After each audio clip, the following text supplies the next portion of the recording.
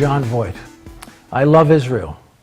I want to see Israel survive and not be overtaken by the madmen of this world. President Obama does not love Israel. His whole agenda is to control Israel, and in this way he can be friends with all of Israel's enemies. He doesn't want Bibi Netanyahu to win this upcoming election. America has not been the same since his presidency. All right, nothing like stepping on Jon Voight, as long as it wasn't Jon Voight's car. You Seinfeld fans know what I'm talking about. Bill Kristol, founder and editor of the Weekly Standard and ABC News political contributor, joins us. Hello, Bill. Hey, how are you? I'm doing well. Let me ask you this. There's a report that a Senate committee on a bipartisan basis has agreed to look into whether or not State Department funds that were given to a nonprofit then went on to be used on the ground in Israel to thwart the re-election efforts of Benjamin Netanyahu. Would that surprise you?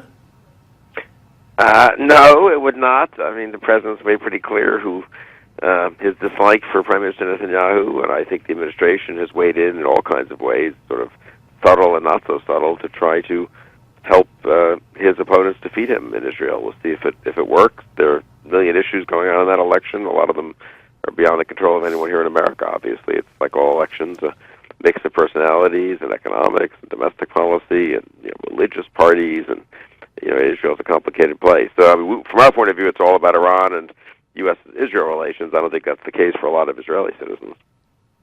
Right. Now, just one other thing on the election. The polls open in the not-too-distant future in Israel and close about 24 hours from now. Benjamin Netanyahu said today if he's reelected, no Palestinian state. If he does become prime minister again, even if he doesn't do so well in the voting, a coalition could form where he would be. Does he stick by that? Yeah, look, there's not going to be one anyway in the next few years with Hamas controlling Gaza. It's been nice to say that you're in favor of a two-state solution, and I think Netanyahu could continue to say that he's not ruling it out down the road, and I really think he wouldn't rule it out down the road, but I think it's a practical matter. There's not much point wasting time on it now. Help economic opportunities in parts of the West Bank where you can do so.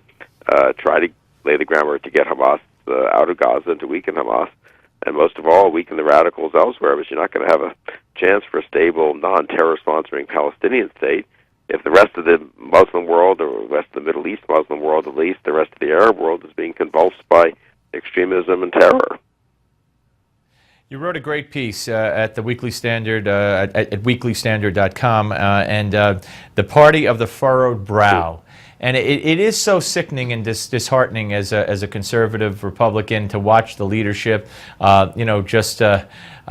do something if they finally get the nerve to do it, and then second guess themselves or not do it in the first place because it might offend somebody. I think if they're going to win the presidency, they're going to have to find a candidate who is above all of that. But you pointed to the special select committee on Benghazi, how Boehner had to be dragged kicking and screaming. The letter, so people like McCain have now said, well, maybe we shouldn't have signed the letter. And right on down the line, what's wrong with them?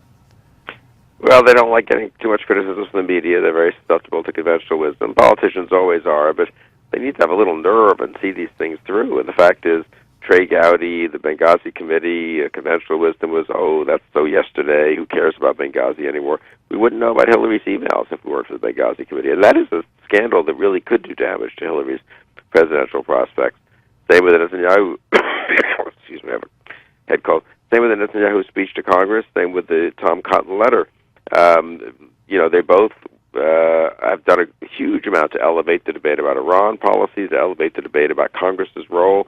Would we even be having the discussions we're having now if it weren't for first the speech and then the letter? But an awful lot of conservatives and Republicans say, well, because let's have the debate. It's a distraction, the letter. I love that. What exactly is it distracting us from? What debate were we having before Cotton and the 46 Republicans sent the letter, which really focused people's attention on the question of whether Congress has a role, focused attention on the fact that the administration is clearly telling the Iranians, don't worry about Congress. Zarif, the foreign minister of Iran, said that. He said, look, we're going to cut a deal with this administration, and it's going to be binding under international law. Now it turns out they may go to the UN, and that's a complicated way of trying to do that through a back door. So I think we owe a debt to Netanyahu, to Boehner, to be fair, for inviting Netanyahu and sticking with him, to Cotton and the 46 Republican senators, to Trey Gowdy and others on the Benghazi committee for pushing hard, for being willing to take the scorn of sort of the pundits and the establishment, and even some people on the Republican and conservative side of the aisle. And I think they've been very much vindicated. Yeah. All right, Bill, always good to talk to you, sir. We'll speak to you soon. Thank you very much. Be well. Good to see you. You too. Bill Kristol, ladies and gentlemen. All right, when we come back, we're going to go to Michael Barone at the Washington Examiner and ask the question, if not Hillary, who for the Democrats? Don't go away.